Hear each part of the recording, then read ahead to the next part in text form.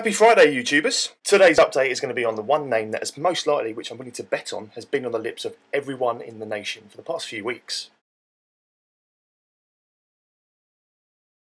So once again, Facebook has come under fire for not enforcing their rules.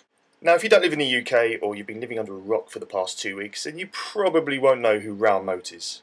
Raoul Moat was a recently released criminal from Teesside, who started a killing spree, or at least promised to. He got out of prison with the hope of being reunited with his girlfriend, but after finding out she was seeing someone else who she claimed was a policeman, when he wasn't really, set him off on a revenge killing spree. A steroid-induced rampage where he shot his ex-girlfriend, shot and killed her new lover, and then went on to shoot a policeman in the face with a sawn-off shotgun whilst on the run.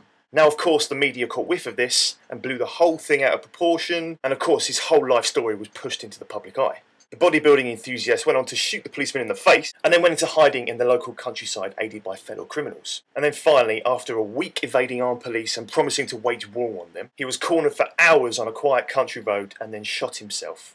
Now, this whole thing has caught the majority of the attention of the people in this country, which I'm sure the majority of you are aware of and actually, quite frankly, like me, disgusted. But Facebook have only recently, yesterday, shut down a group which was basically making him a hero, whilst praising the recently deceased murderer for standing up to the police, and actually praising him for taking revenge on what they called his lying and deceitful girlfriend. Almost 40,000 people joined the group RIP Raoul Moat, you legend.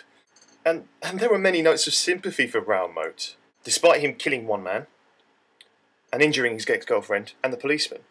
It just warms your heart, doesn't it? I mean, what I don't understand is these people actually feel sorry for Raoul Moat. A man previously convicted and sent down for assaulting a 9-year-old child. A man so pumped up on steroids, it's little wonder something like this set him off.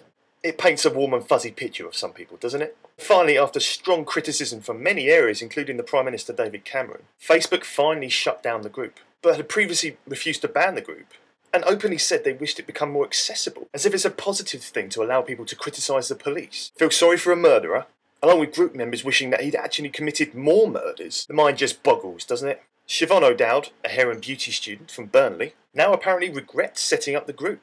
But in her defence to the media, she grovelled by stating this: "I thought him hiding from the police was legendary. He did make the coppers look stupid, and that is why a lot of people respected him. And that's why people are classing him as a legend." Oh dear. How on earth has a mass murderer been praised? His circumstances were shameful, yes. But, 1, he was sent to jail for assaulting a child, and 2, when an ex-girlfriend says she's met someone else, a normal person whose mind hasn't been screwed up by steroids wouldn't go over to a house and shoot them both. It kind of makes me wonder if these 40,000 people in the group thought this was adequate revenge, like normal revenge for people, or whether they actually sympathise with him.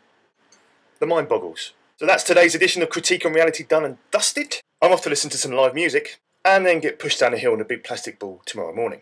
So I may or may not see you on Monday.